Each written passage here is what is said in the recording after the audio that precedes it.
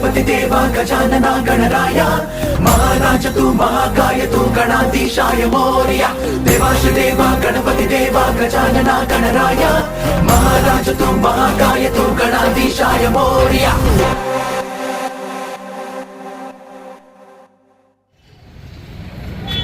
गणपति बप्पा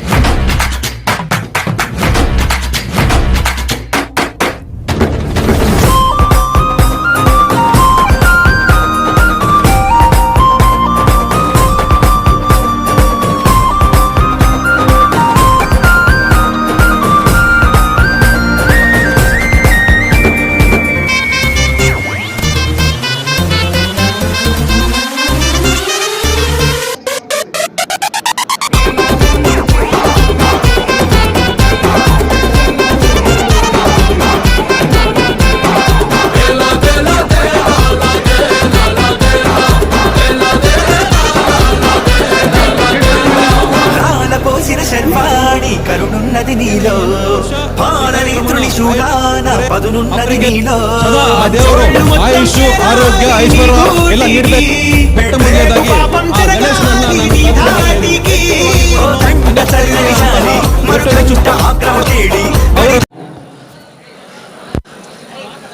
ಗ್ರಾಮ ಪಂಚಾಯತಿ ಅಧ್ಯಕ್ಷರುಗಳೇ, ಗ್ರಾಮ ಪಂಚಾಯತಿಯ ಉಪಾಧ್ಯಕ್ಷರುಗಳೇ, ಗ್ರಾಮ ಪಂಚಾಯತಿಯ ಸದಸ್ಯರುಗಳೇ ಹಾಗೂ ವೇದಿಕೆ ಮೇಲಿರ್ತಕ್ಕಂಥ ಎಲ್ಲ ನಮ್ಮ ಪ್ರೀತಿಯ ಕೆಜಿಎಫ್ ತಾಲೂಕಿನ ಮುಖಂಡರುಗಳೇ, ನನ್ನ RK ಫೌಂಡೇಶನ್ನ ಪದಾಧಿಕಾರಿಗಳೇ ಹಾಗೂ ವಿಶೇಷವಾಗಿ ಈ ಕಾರ್ಯಕ್ರಮದ ಕೇಂದ್ರ ಬಿಂದುವಾಗಿರ್ತಕ್ಕಂಥ ನನ್ನ ಪ್ರೀತಿಯ ಕೆಜಿಎಫ್ ತಾಲೂಕಿನ ಗ್ರಾಮೀಣ ಭಾಗದ ನನ್ನ ಯುವ ನಾಯಕರುಗಳೇ, ಮಾಧ್ಯಮದ ಮಿತ್ರರೇ,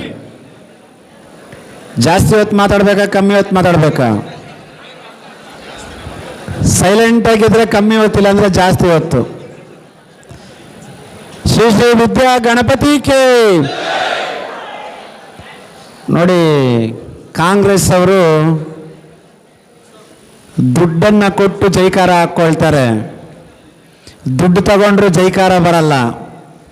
ನಿಮ್ಮ ಪ್ರೀತಿಯ ಈ ಮಣ್ಣಿನ ಮಗ ಮೋಹನ್ ಕೃಷ್ಣ ಏನೂ ಕೊಟ್ಟಿಲ್ಲ ಅಂದ್ರೂ ನಿಮ್ಮ ಧ್ವನಿಯಲ್ಲಿ ಬರ್ತಕ್ಕಂಥ ಜೈಕಾರನೇ ನನಗೆ ಹಣ ಅಂತ ತಿಳಿಸ್ಕೊಡ್ಸದೆ. ಈಗ ಜೋರಾಗಿ ಹೇಳೋಣ, ಶ್ರೀ ಶ್ರೀ ವಿದ್ಯಾ ಗಣಪತಿ ಕೆ, ಶ್ರೀ ಶ್ರೀ ವಿದ್ಯಾ ಗಣಪತಿ ಕೆ, ಕೆಜಿಎಫ್ ನಾಡಿನ ಜನತೆಗೆ.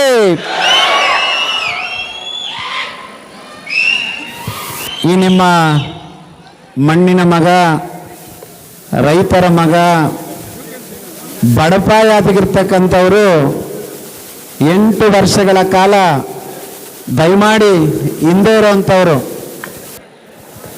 ನಿಶಬ್ದವಾಗಿರಬೇಕು, ಯಾರು ಗಲಾಟೆ ಮಾಡಬಾರ್ದು. 8 ವರ್ಷಗಳ ಕಾಲ ನಿರಂತರವಾಗಿ ಗಣಪತಿಯ ಸೇವೆಯನ್ನು ಮಾಡ್ತಾ ಇದ್ದೀನಾ ಇಲ್ವಾ? ಯಾಕೋ ಈ ಕಡೆಯವರು ಗೊತ್ತಿಲ್ಲ ಅನ್ಸುತ್ತೆ, ಮಾಡ್ತಾ ಇದ್ದೀನಾ ಇಲ್ವಾ? ಆದರೆ ನನ್ನ ವಿರೋಧಿಗಳು ಅಂದ್ರೆ ಯಾರು? ನಿಮ್ಮ ವಿರೋಧಿಗಳು. ಯಾವ ವಿರೋಧಿಗಳು? ನಿಮ್ಮ ವಿರೋಧಿಗಳು ನಮ್ಮ ವಿರೋಧಿಗಳು ಹೇಳೋದು ಮೋಹನ್ ಕೃಷ್ಣ 8 ವರ್ಷಗಳಲ್ಲ 10 ವರ್ಷ ಕಾಲ ಗಣಪತಿನ ಕೊಡಿಸ್ಲಿ,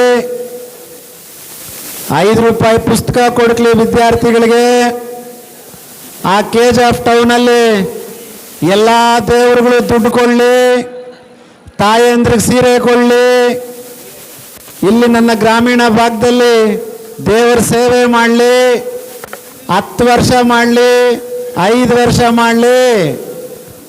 ನಾವು ಅಂದರೆ ನಮ್ಮ ವಿರೋಧಿಗಳು ಹೇಳುವಂಥದ್ದು ಒಂದೇ, ಚುನಾವಣೆ ಬಂದಾಗ ಏನು ಕೊಡ್ತಾರೆ ಅವರು? ಹೇಳ್ಬೇಕು, ಏನು ಕೊಡ್ತಾರೆ ಚುನಾವಣೆ ಬಂದಾಗ? ನಿಮ್ಮ ಮೋಹನ್ ಕೃಷ್ಣ ವರ್ಷ ಕೊಡ್ತಾನೆ, ತಿಂಗಳು ಕೊಡ್ತಾನೆ. ಪಾಪ ಅವ್ರು ಕೊಡೋದು ಚುನಾವಣೆ ಒಂದೇ ಒಂದು ದಿನಕ್ಕೆ. ಚುನಾವಣೆ ಬಂದಾಗ ಓಟಿಗೆ ದುಡ್ಡು ಕೊಡೋದು, ನನ್ನ ತಾಯಂದ್ರ ಕಿವಿಯಲ್ಲಿ ಹೂವು ಇಕ್ಕೋದು, ಇಲ್ಲಿ ಕೂತಿರ್ತಕ್ಕಂಥ ನನ್ನ ಯುವ ನಾಯಕರಿಗೆ ಕೆಲಸ ಕೊಡ್ತೀನಿ ಅಂತೇಳಿ ದೊಡ್ಡ ಹೂವು ಇಟ್ಬಿಡೋದು, ಓಟ್ ಹಾಕ್ಸ್ಕೊಂಡ್ಬಿಡೋದು. ಓಟ್ ಹಾಕಿದ ಮೇಲೆ ರೂಪಕ್ಕನಿಗೂ ನೆನಪಿರಲ್ಲ, ಗೋವಿಂದ ಗೌಡನಿಗೂ ನೆನಪಿರಲ್ಲ, ಯಾರಿಗೂ ನೆನಪಿರಲ್ಲ. ಯಾಕೆ ನೆನಪಿರಲ್ಲ? ನನ್ನ ಕ್ಷೇತ್ರದ ಪ್ರೀತಿಯ ಅಣ್ಣ ತಮ್ಮಂದ್ರು, ನನ್ನ ಯುವಕರು, ನನ್ನ ತಾಯಂದ್ರು 5 ವರ್ಷಕ್ಕೆ ಒಂದ್ಸಲ ಬರೋರಿಗೆ ಎಲೆಕ್ಷನ್ಗೆ ಓಟ್ ಹಾಕ್ತಾರಲ್ವಾ, ಆ ಓಟ್ಗೆ ಏನೋ ಕೊಡ್ತೀರ ಅನ್ನೋ ಭ್ರಮೆಯಿಂದ ಅವರು ನಿಮ್ಮನ್ನು ಮರೆತು ಹೋಗ್ತಾರೆ. ಆದರೆ ನಿಮ್ಮ ಪ್ರೀತಿಯ ಮೋಹನ್ ಕೃಷ್ಣ ಇದು 8ನೇ ವರ್ಷ ನಿಮ್ಮ ಸೇವೆಯನ್ನು ಮಾಡ್ತಾ ಇದ್ದೀನಾ ಇಲ್ವಾ? ನೀವೆಲ್ಲ ಯೋಚನೆ ಮಾಡಬೇಕು. ಈ KGFನ ಮುಂದಿನ ಭವಿಷ್ಯ ಯಾರಪ್ಪ ಅಂತಂದರೆ, ಇಲ್ಲಿ ಕೂತಿರ್ತಕ್ಕಂಥ ನನ್ನ ಯುವ ನಾಯಕರು, ಇಲ್ಲಿರ್ತಕ್ಕಂಥ ನಮ್ಮ ಮುಖಂಡರೇ ಮುಂದಿನ ದಿನಗಳಲ್ಲಿ ನಮ್ಮ KGFನ ಭವಿಷ್ಯವನ್ನು ಬರೆಯೋರು ಅಂತ ಸ್ಪಷ್ಟವಾಗಿ ಹೇಳ್ತಾ ಇದ್ದೀನಿ. ಇವತ್ತು ಅನೇಕ ಕಡೆ ಚರ್ಚೆಗಳಾಗ್ತಾ ಐತೆ. KGF ತಾಲೂಕಲ್ಲಿ ಯಾವುದೇ ಟೀ ಅಂಗಡಿ ಹತ್ರ ಹೋದ್ರೂ, ಯಾವುದೇ ಸಂತೆ ಹತ್ರ ಹೋದ್ರೂ, ಅಥವಾ ನಗರ ಭಾಗದಲ್ಲಿ ಯಾವುದೇ ಹೋಟೆಲ್ ಹತ್ರ ಹೋದ್ರೂ ಒಂದು ಚರ್ಚೆ ನಡೀತಾ ಐತೆ. ಮೋಹನ್ ಕೃಷ್ಣನ್ಗೆ ಹುಚ್ಚಿಡ್ದಾಯ್ತಾ? ರೂಪಕ ಎಲೆಕ್ಷನ್ ಟೈಮಲ್ಲಿ ಬರ್ತಾರೆ, ದುಡ್ಡು ಕೊಡ್ತಾರೆ, ಹೋಗ್ಬಿಡ್ತಾರೆ. ಮೋಹನ್ ಕೃಷ್ಣ ಯಾಕೆ ಪುಸ್ತಕ ಕೊಡೋ ಕಾರ್ಯಕ್ರಮ ಮುಂದುವರಿಸ್ತಾ ಇದ್ದಾರೆ? ಪುಸ್ತಕ ಕೊಡ್ತಾ ಇದ್ದೀರಾ ಇಲ್ವಾ? ಗಣಪತಿ ಕಾರ್ಯಕ್ರಮ ಮುಂದುವರಿಸ್ತಾ ಇದ್ದೀರಾ ಇಲ್ವಾ? ಓಂ ಶಕ್ತಿ ಬಸ್ಗಳು ಕೊಡ್ತಾ ಇದ್ದೀರಾ ಇಲ್ವಾ? ಪಾಪ ಕಾಂಗ್ರೆಸ್ ಇರ್ತಕ್ಕಂಥ ಕೆಲವು ಮುಖಂಡರು ನನ್ನ ಹತ್ರ ಮಾತಾಡ್ತಾರೆ, ಅಣ್ಣ ಯಾಕಣ್ಣ ನೀನು ತಲೆ ಕೆಡಿಸ್ಕೊಳ್ತಾ ಇದೀಯಾ? ನಮ್ಮಲ್ಲಿರ್ತಕ್ಕಂಥವ್ರು ಹೇಳ್ತಾ ಇದ್ದಾರೆ ಎಲೆಕ್ಷನ್ ಬಂದಾಗ ದುಡ್ಡು ಕೊಟ್ಟರೆ ಅವರು ಓಟ್ ಹಾಕ್ತಾರೆ, ತಲೆ ಕೆಡಿಸ್ಕೊಬೇಡ್ರಿ ಅಂತ. ನೀವು ಮಾತ್ರ ಯಾಕಣ್ಣ ಪ್ರತಿ ವರ್ಷ ಹಿಂಗೆ ದುಡ್ಡು ಸುರಿತಾನೆ ಇದ್ದೀರಾ ಅಂತ ಕೇಳಿದ್ರು. ಯಾರೂ ಕೇಳಿಲ್ಲ ಈ ಮಾತನ್ನ. ಕಾಂಗ್ರೆಸ್ ಇರ್ತಕ್ಕಂಥ ಕೆಲವು ಮುಖಂಡರು, ಈ ಕ್ಷೇತ್ರವನ್ನು ಅಭಿವೃದ್ಧಿ ಪಡಿಸ್ಬೇಕಂತಕ್ಕಂಥ ಮುಖಂಡರು ನನ್ನ ಪ್ರಶ್ನೆನ ಕೇಳಿದ್ರು. ಆಗ ನಾನು ಅವ್ರಿಗೊಂದು ಉತ್ತರವನ್ನು ಕೊಟ್ಟೆ, ಅಣ್ಣ ನಾನು ಮೋಸ ಮಾಡೋಕ್ಕೆ ಬಂದಿಲ್ಲ, ಗ್ರಾನೇಟ್ ಹೊಡ್ಕೊಂಡು ಹೋಗೋಕ್ಕೆ ಬಂದಿಲ್ಲ, ಅಥವಾ ಕಮಿಷನ್ ತಗೊಳಕ್ಕೆ ಬಂದಿಲ್ಲ. ನನ್ನ KGFನ ಅಭಿವೃದ್ಧಿ ಮಾಡಲಿಕ್ಕೆ ಒಂದು ಅವಕಾಶವನ್ನು ತಗೊಂಡು ಜನರ ಸೇವೆ ಮಾಡಲಿಕ್ಕೆ ಬಂದಿದ್ದೀನ ಅಂತ ಹೇಳಿದೆ ನಾನು ಅವರಿಗೆ. ಅದಕ್ಕೂ ಮಿಗಿಲಾಗಿ ಮತ್ತೊಂದು ಪ್ರಶ್ನೆ ಕೇಳ್ತಾರೆ ಸಾರ್ವಜನಿಕರು, ಸರ್ ನೀವು ಇವಾಗ ಏನು ಇಲ್ಲಿ ಪಕ್ಕದಲ್ಲಿದ್ದಾರೆ ನಮ್ಮ ಮುನೆಂಟಣ್ಣು, ಈ ಮುನೆಂಟಣ್ಣು ಅದೇ ಹೇಳ್ತಾರೆ, ನಮ್ಮ ಕುಮಾರಣ್ಣು ಇಲ್ಲಿ ಕೂತಿರ್ತಕ್ಕಂಥವ್ರು ಎಲ್ಲರೂ ನನಗೆ ಹೇಳ್ತಾರೆ, ಅಣ್ಣ ಇಬ್ಬರು ಸೇರ್ಸೋದಕ್ಕಾದಣ್ಣ ಎಲೆಕ್ಷನ್ನು, ಲಾಸ್ಟ್ ರಾತ್ರಿ ಸೇರಿಸ್ತಾಂ ಕದ ಎಲೆಕ್ಷನ್ನು, ಅದನ್ನ ಎಲೆಕ್ಷನ್ನು ಅಂತ ಅನ್ನೋರು ಹೇಳ್ತಾರೆ. ಲಾಸ್ಟ್ ರಾತ್ರಿಯಲ್ಲಿ ಎಲೆಕ್ಷನ್ ಮಾಡೋದಕ್ಕೂ 10 ವರ್ಷ ಎಲೆಕ್ಷನ್ ಮಾಡೋದಕ್ಕೂ ಮಜಾ ತುಂಬ ಐತೆ ಕಣ್ರಿ. ಒಂದು ರಾತ್ರಿ ಮಜಾ ತಗೊಳ್ಳೋನಲ್ಲ ಮೋಹನ್ ಕೃಷ್ಣ, ಪ್ರತಿ ರಾತ್ರಿ ಮಜಾ ತಗೊಳ್ಳೋನೆ ಮೋಹನ್ ಕೃಷ್ಣ. ಕಷ್ಟ ಪಡ್ತಾ ಇರ್ತೀನಿ, ಕಷ್ಟದಲ್ಲಿ ಸುಖವನ್ನು ಹುಡುಕ್ತಾ ಇರ್ತೀನಿ. ಎಲೆಕ್ಷನ್ ದಿವಸ ಬಂದು ನನ್ನ ಯುವ ಮುಖಂಡರಿಗೆ ಗೊತ್ತಿರ್ತಕ್ಕಂಥವ್ರಿಗೆಲ್ಲ ಸೇರಿ ದಿಕ್ ತಪ್ಪಿಸ್ಬೇಕಂದ್ರೆ ನಾನು ಮನೇಲಿ ಆರಾಮಾಗಿ ಕುತ್ಕೋಬೋದಾಗಿತ್ತು ಅಲ್ವಾ? ಒಂದು ದಿನ ಅಥವಾ ಒಂದು ಎಲೆಕ್ಷನ್ಗೆ ಓಂ ಶಕ್ತಿ ಬಸ್ ಹಾಕೋನಲ್ಲ, ಒಂದು ದಿನ ಒಂದು ಎಲೆಕ್ಷನ್ಗೋಸ್ಕರ ಗಣೇಶ ಕೊಡೋನಲ್ಲ, ಅಥವಾ ಒಂದಿನ ಒಂದು ರಾತ್ರಿ ಎಲೆಕ್ಷನ್ಗೋಸ್ಕರ ದುಡ್ಡು ಕೊಡೋನಲ್ಲ. 10 ವರ್ಷಗಳ ಕಾಲ ಕೊಡ್ತೀನಿ. ನನ್ನ ಉಸಿರಿರೋವರೆಗೂ ಕೊಡ್ತಾ ಇರ್ತೀನಿ, ಭಗವಂತ ಶಕ್ತಿ ಕೊಟ್ಟಿರೋವರೆಗೂ ಕೊಡ್ತಾ ಇರ್ತೀನಿ. ಆದರೆ ನೀವೆಲ್ಲ ಒಂದು ಯೋಚನೆ ಮಾಡಬೇಕು. ಅವರ ದೊಡ್ಡ ಸಂಕಲ್ಪ, ಕಾಂಗ್ರೆಸ್ನವ್ರ ದೊಡ್ಡ ಸಂಕಲ್ಪ. ಇನ್ನೊಬ್ರ ಕತೆ ಬಿಟ್ಬಿಡಿ, ಅವರಿಲ್ಲ ನಮಗೆ. ಯಾರೋ ಹೇಳ್ತಾ ಇದ್ರು ಇವತ್ತು ನಮ್ಮ ಮಾಧ್ಯಮದ ಮುಖಂಡರು, ಇವರು ಹೇಳ್ತೀನಿ ಕೇಳಿ ಬರ್ಕೊಳ್ರಿ. ನನ್ಗೆ ಆಗೋರು ಇರ್ತಾರೆ, ಆಗದಿರೋರ್ಗೂ ಇರ್ತಾರೆ. ಅಣ್ಣ ಬಿಜೆಪಿಲಿ ಪೋತೆ ಮಂಚ ಅನುಕೂಲ ಮನ ಅಂತಾರೆ. ಬಿಜೆಪಿಯಲ್ಲಿ ಮೋಹನ ಕೃಷ್ಣನ್ಗೆ ಬಿ ಫಾರ್ಮ್ ಬೇಡ, ಬೇಕಾ? ಜೋರಾಗಿ ಹೇಳ್ಬೇಕು, ಬಿಜೆಪಿಯಲ್ಲಿ ಬಿ ಫಾರ್ಮ್ ಬೇಕಾ?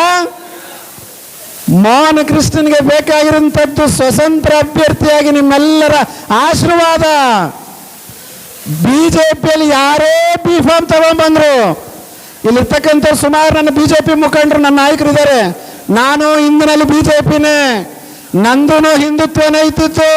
ನಾನು ಮೋದಿ ಅಭಿಮಾನಿನೇ, ನಾನು ಬಿಜೆಪಿ ಅಭಿಮಾನಿನೇ. ನನ್ನ ತಾಲೂಕಿಗೆ ಅನ್ಯಾಯ ಆದಾಗ ನಾನು ಯಾರ ಅಭಿಮಾನಿನೂ ಅಲ್ಲ, ಯಾವ ಪಕ್ಷದ ಅಭಿಮಾನಿನೂ ಅಲ್ಲ. ಲಾಸ್ಟ್ ಎಲೆಕ್ಷನ್ ಅಲ್ಲಿ ನಮಗೆ ಮೋಸ ಮಾಡಿದ್ರ ಇಲ್ವಾ? ಮೋಹನ ಕೃಷ್ಣನ್ಗೆ ಅನ್ಯಾಯ ಆಯ್ತಾ ಇಲ್ವಾ? ಯಾವ ಪಕ್ಷ ಅನ್ಯಾಯ ಮಾಡಿತ್ತು? ಯಾವ ಪಕ್ಷ? ಅಂತ ಬಿಜೆಪಿ ಪಕ್ಷಕ್ಕೆ ನಾನು ಬೇಕಾಗಿಲ್ಲ, ನಮಗೂ ಅವರು ಬೇಕಾಗಿಲ್ಲ. ಗೆದ್ದ ನಂತರ, ನೀವು ಗೆಲ್ಸಿದ ನಂತರ ನೀವು ಏನು ಹೇಳ್ತೀರ ಅದನ್ನು ಮಾಡೋನು ಮೋಹನ್ ಕೃಷ್ಣ. ಇದನ್ನ ಬರೆದಿಟ್ಕೊಳ್ರಿ. ಮುಂದಿನ ದಿನಗಳಲ್ಲಿ ಕೆಲವರೆಲ್ಲ ಹೇಳ್ತಾ ಇರ್ತಾರೆ, ಬಿಜೆಪಿಯಲ್ಲಿ ಟಿಕೆಟ್ ಬಂದರೆ ಮೋಹನ್ ಕೃಷ್ಣನ್ ಚೆನ್ನಾಗಿರುತ್ತೆ ಅಂತ. ಇಲ್ಲಿರ್ತಕ್ಕಂಥ ಎಲ್ಲ ಸ್ನೇಹಿತರು ಇದನ್ನು ಬರೆದಿಟ್ಕೊಳ್ಳಿ, ನಿಮ್ಮ ಮನಸ್ಸಲ್ಲಿ ಇಟ್ಕೊಳ್ಳಿ. ಬಿಜೆಪಿಯಲ್ಲಿ ಮೋಹನ್ ಕೃಷ್ಣ ಅಲ್ದ್ರೆ ಬೇರೆ ಯಾರೇ ಬಂದ್ರು ದೊಡ್ಡದಾಗಿ ಪಟಾಕಿ ಹಚ್ಬಿಡ್ರಿ, ನಾವೇ ಗೆದ್ದಂಗೆ ಅನ್ಕೊಂಡ್ಬಿಡ್ರಿ. ಬಿಜೆಪಿಯಲ್ಲಿ ಯಾರೇ ಬಿ ಫಾರ್ಮ್ ತಗೊಂಡ್ಬಂದ್ರು ನಾವು ಗೆದ್ದಂಗೆ, ನೀವು ಗೆದ್ದಂಗೆ ಅಂತ ತಿಳ್ಕೊಂಡ್ಬಿಡ್ರಿ. ಬಿಜೆಪಿಯ ಸಹವಾಸ ನಮಗೆ ಬೇಡ. ಹಾಗಂತ ಬಿಜೆಪಿ ವಿರೋಧಿಗಳೆಲ್ಲ ನಮಗೆ ಅನ್ಯಾಯ ಮಾಡೈತೆ, ನಮ್ಮ ತಾಲೂಕಿಗೆ ಅನ್ಯಾಯ ಮಾಡಿದ್ದಾರೆ ಅಂಥವ್ರ ಸಹವಾಸ ಬೇಡ. ಗೆದ್ದು ನಿಮ್ಮೆಲ್ಲರ ಪ್ರೀತಿ ಆಶೀರ್ವಾದದಿಂದ ಗೆಲ್ಸಿದ ನಂತರ ಮುಂದಿನ ಯೋಚನೆಗಳು ಮಾಡೋಣ ಅಂತ ಹೇಳ್ತಾ ನಾವು ಸ್ವತಂತ್ರ ಅಭ್ಯರ್ಥಿಯಾಗಿ ಹೋಗೋಣ. ಎಲೆಕ್ಷನ್ಗೋಸ್ಕರ ಮಾಡೋಂಥ ಗಿಮಿಕ್ ನಮಗೆ ಬೇಡ. ಮತ್ತೊಂದು ಹೇಳ್ತಾ ಇರ್ತಾರೆ ನಮ್ಮ ಕುಮಾರಣ್ಣ, ಕೆಂಪಾಪುರದಲ್ಲಿರ್ತಕ್ಕಂಥ ನಮ್ಮ ನಾಗೇಶನ ಹೇಳ್ತಾ ಇರ್ತಾರೆ, ಈ ಕೆಜಿಎಫ್ ತಾಲೂಕಲ್ಲಿ ಇಟ್ಟಿರ್ತಕ್ಕಂಥ ಒಬ್ಬ ಕಾಂಟ್ರಾಕ್ಟರ್ಗೂ ಕೆಲಸ ಇಲ್ಲ. ಈ ಕೆಜಿಎಫ್ ತಾಲೂಕಲ್ಲಿ ಇಟ್ಟಿರ್ತಕ್ಕಂಥವ್ರು ಕೆಲಸ ಬೇಕಂದ್ರೆ ಗೋವಿಂದಗೌಡರ ಬಳಿ ಹೋಗ್ಬೇಕು. ಈ ಕೆಜಿಎಫ್ ತಾಲೂಕಲ್ಲಿ ಇಟ್ಟಿರ್ತಕ್ಕಂಥವ್ರು ಒಂದು ಕೆಲಸ ಆಗಬೇಕು, ಒಂದು ಲೆಟರ್ ಬೇಕು, ಏನೇ ಬೇಕು ಅಂತಂದರೆ ಕೋಲಾರ್ಗೆ ಹೋಗ್ಬೇಕು. ಅಂಥ ಪದ್ಧತಿನ ಚೇಂಜ್ ಮಾಡಬೇಕು ಅಂತ ಅನೇಕರು ಕಾಯ್ತಾ ಇದ್ದಾರೆ. ಇವತ್ತು ನಿಮ್ಮೆಲ್ಲರ ಆಶೀರ್ವಾದದಿಂದ, ಆ ಗಣೇಶನ ಒಂದು ಆಶೀರ್ವಾದದಿಂದ ನಾವು ಮುಂದಿನ ದಿನಗಳಲ್ಲಿ ಪಕ್ಷೇತರ ಅಭ್ಯರ್ಥಿಯಾಗಿ ನಿಮ್ಮೆಲ್ಲರ ಪ್ರೀತಿ ವಿಶ್ವಾಸಕ್ಕೆ ನಾನು ಚಿರಋಣಿಯಾಗಿರ್ತೀನಿ. ನಿಮ್ಮೆಲ್ಲರ ಒಂದು ಆಶೀರ್ವಾದಕ್ಕೆ, ನಿಮ್ಮೆಲ್ಲರ ಒಂದು ಸೇವೆ ಮಾಡಲಿಕ್ಕೆ ನಾನು ಚಿರಋಣಿಯಾಗಿರ್ತೀನಿ. ನಿಮ್ಮೆಲ್ಲರ ಆಶೀರ್ವಾದ ಇರುತ್ತೆ ಅಂದ್ಕೊಂಡಿರ್ತೀನಿ. ಇರತ್ತಾ ಇರಲ್ವಾ? ಮತ್ತು ಇನ್ನೊಂದು ಭಾಳಷ್ಟು ಜನ ಹೇಳ್ತಾರೆ, ಲಾಸ್ಟ್ ದಿನ 2,000 ಕೊಡೋದು ಎಲೆಕ್ಷನ್ ಅಂತ ಭಾಳ ಬಿಸ್ಗುಡ್ತಾ ಇದ್ದಾರೆ. ನಾನು ನಮ್ಮ ಮಾಧ್ಯಮದ ಮುಖಾಂತರ ಹೇಳ್ತಾ ಇರ್ತೀನಿ, ಇಲ್ಲಿರ್ತಕ್ಕಂಥ ಎಲ್ಲರನ್ನೂ ಹೇಳ್ತೀನಿ, ಅವರು 2,000 ಅಲ್ಲ 5,000 ಕೊಡಲಿ ಚುನಾವಣೆಗೆ. ನಾನು ಈ 10 ವರ್ಷದಿಂದ ಏನು ಸೇವೆ ಮಾಡ್ಕೊಂಡು ಬಂದಿದ್ದೀನಲ್ಲ, ಇದೇ ನನ್ನ ಒಂದು ಸೇವೆ. ನಮ್ಮ ಹೆಣ್ಣು ಮಕ್ಕಳಿಗಾಗಿರ್ಬೋದು, ನಮ್ಮ ಯುವಕರಿಗಾಗಿರ್ಬೋದು ಅಂತ ತೊಡೆ ತಟ್ಟಿ ನಾವು ಮತ ಕೇಳೋಣ. ನಾವು ಎಲೆಕ್ಷನ್ಗೋಸ್ಕರ ಕಷ್ಟಪಡೋದು ಬೇಡ, ಜನರ ಸೇವೆಗೋಸ್ಕರ, ಕೆಜಿಎಫ್ ನಾಡಿನ ಒಳಿತಿಗೋಸ್ಕರ ನಾವೆಲ್ಲರೂ ಚುನಾವಣೆ ಮಾಡೋಣ ಅಂತ ಹೇಳ್ತಾ ಇದ್ದೀನಿ. ನಾವೆಲ್ಲ ಸೇರಿ ಒಂದು ಪ್ರತಿಜ್ಞೆ ಮಾಡೋಣವಾ? ಎಲ್ಲರೂ ಸೇರಿ ಒಂದು ಪ್ರತಿಜ್ಞೆ ಮಾಡೋಣವಾ? ಎಲ್ಲರೂ ಒಂದ್ಸಲ ಎದ್ದು ನಿಂತ್ಕೊಳ್ರಿ, ಹೇಳ್ತೀನಿ. ಎಲ್ಲರೂ ನಿಂತ್ಕೋಬೇಕು, ಇಲ್ಲಿರೋರು ನಿಂತ್ಕೋಬೇಕು. ಜೋರಾಗಿ ಹೇಳ್ತೀರಾ ನಾನು ಹೇಳೋದನ್ನ? ಭಾರತ್ ಮಾತಾ ಕಿ. ನಾನು ಹೇಳೋದನ್ನ ಮಾತ್ರ ಹೇಳಿ, ಆಯ್ತಾ?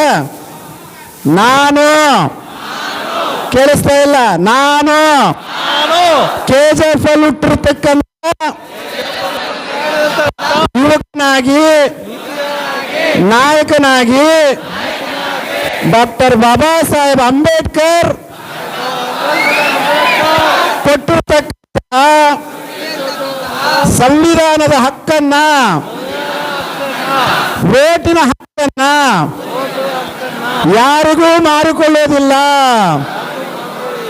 ನಮ್ಮ ಕೆಜಿಎಫ್ ತಾಲೂಕಿನ ಕೆಜಿಎಫ್ ತಾಲೂಕಿನ ಅಭಿವೃದ್ಧಿಗಾಗಿ ನಾವು ನಾನು ಕೆಜಿಎಫ್ ತಾಲೂಕಿಗೆ ಕೆಜಿಎಫ್ ತಾಲೂಕು ಒಳ್ಳೆಯದು ಮಾಡುವವರನ್ನ ಬೆಂಬಲಿಸುತ್ತೇವೆ. ನಮ್ಮ ಓಟು ನಮ್ಮ ಹಕ್ಕು, ನಮ್ಮ ಓಟು ನಮ್ಮ ಹಕ್ಕು, ನಮ್ಮ ಮತವು ಮಾರಾಟಕ್ಕೆ ಇಲ್ಲ.